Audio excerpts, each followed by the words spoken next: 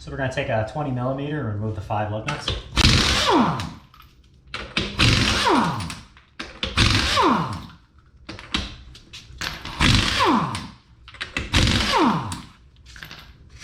They're actually 19s, but I like to use a 20 just because of I don't want to tear up, because these are Corvette rims and Corvette everything, so I just want to make sure that they're actually doesn't tear up the lug nut itself. And here's how a 285 looks. Look how wide. Awesome. So looking at all this mess of parts here, I'm trying to remove as least amount as I possibly can. So I'm gonna go ahead and take the tie rod off. It's a 19mm bolt. We'll take that off and get that out. So once we back that bolt out far enough,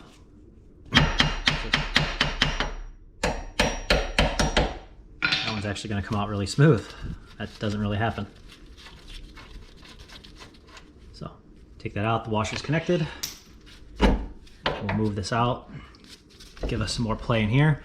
And I think the next, oh cool, okay, because that's built into the frame, so that's awesome. So I'm gonna take out those 2 bolts for this upper control arm. That may allow me to swing this whole assembly out, so we'll see here in a second. And to take out this bolt, it's an 18mm. Use a ratchet wrench.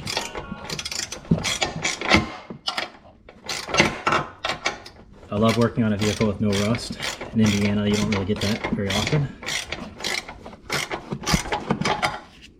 Lay back on it.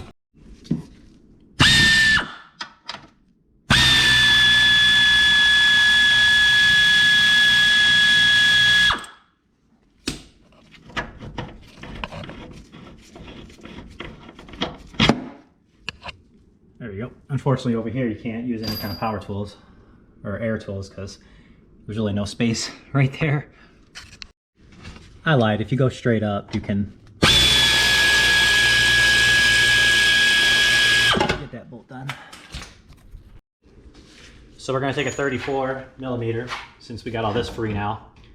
Again, I'm hoping this is going to give me enough room, but we're going to take off this axle nut.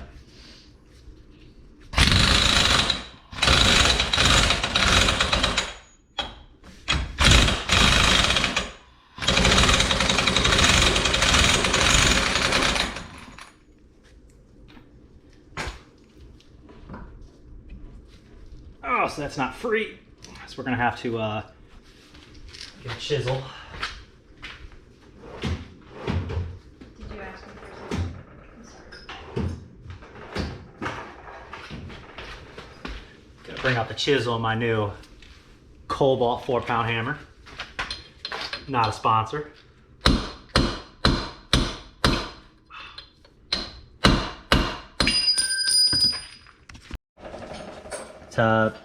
To free up some more, give me some more leverage, I'm gonna go ahead and remove the brake caliper.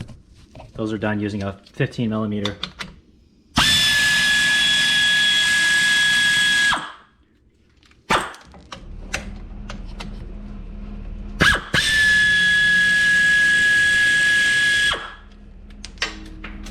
Get that set off to the side. Okay, so with all this extra free space, I'll beat this out a little bit more.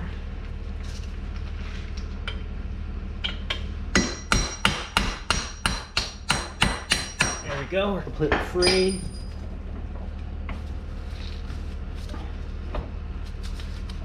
Okay.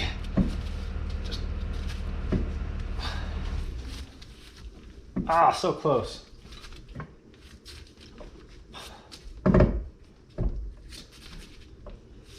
Okay, I'm gonna mess with this for a little bit more, but yeah, that's give me enough room a little bit. All right, so it's like a 2-person job for me, but hopefully you have better luck. But I went this way. Like I say, you just pound it out and then there you go. Now I gotta get underneath the car and we're gonna pry on that base. I don't know if I'll be able to show you, but I'll try. So you come back this way, but there's where you're gonna wanna pry at, right there. All right, so Actually, I only gave it like a couple taps and it comes right out. So we'll come up here, we'll pull. And that's it. Compare the two.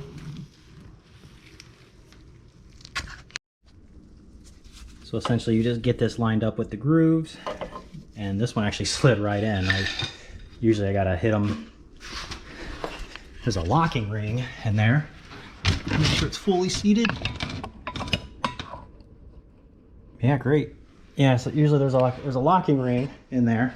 So you pretty much just got to just slide it past there and let it lock in, and I'll get it put back in there. All right, there we go. Okay, we'll line this back up. Put that in here. Okay. Comes with the new nut. I'll go ahead and just slide this on so it doesn't come back out again. Now that's all broke free.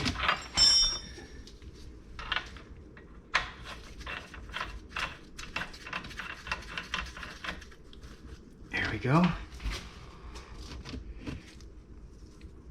right, I'm gonna start by putting on the upper control arm again. Something I'm doing to relieve the pressure of this whole assembly is to put the jack underneath the lower control arm. Push it up so that you can, freely maneuver these. Not be the best videos, guys, but this is not a, a one hand at a time job. Here, I got one bolt. Then we'll work on the second bolt. All right.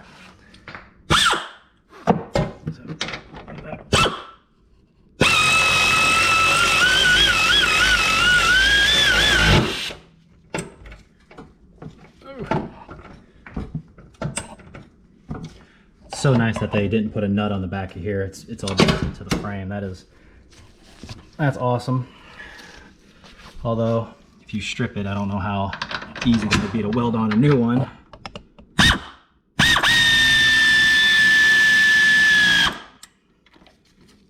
So moral of the story, don't cross thread it. That would be bad. All right, so now I'm going to put back in tie rod. And I'm going to plug back in the speed sensor. I unplugged that first. I don't know if I put that on video or not because I didn't want anything, tearing this bad boy up. Can't imagine it'd be cheap. I'll put that nut back on. For the 18mm nut on top, you're gonna need an Allen wrench. So you can hold this while driving the nut down.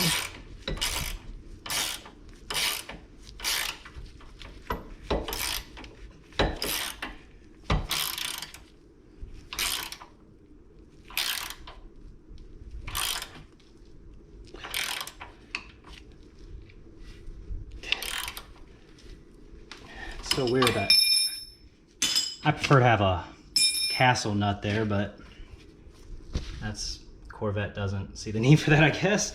But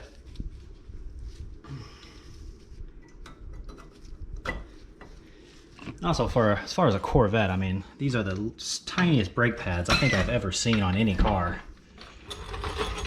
I know you brake with your front, but oh well. All right.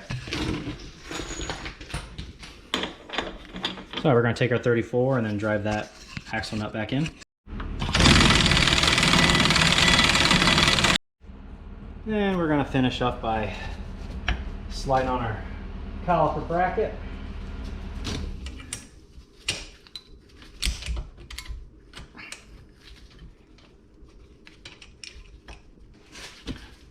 I lied. It's a caliper, not a caliper bracket. I've been doing this all day, guys, so brain's fried.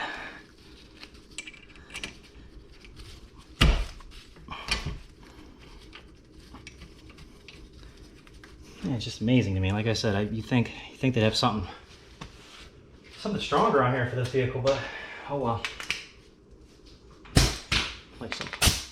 I like Brembos. Very expensive though. In case some of you are wondering what this little chute is, it's actually, these are air cooled front and rear. They do serve the air vents actually in the Corvette serve a purpose. They're not just for show. Tries to keep the rotor nice and cool if they're racing. So anyways, all right. Get those back in case you forgot. These are 15 millimeters for the brake caliper. Get your axle nut on. Everything looks good.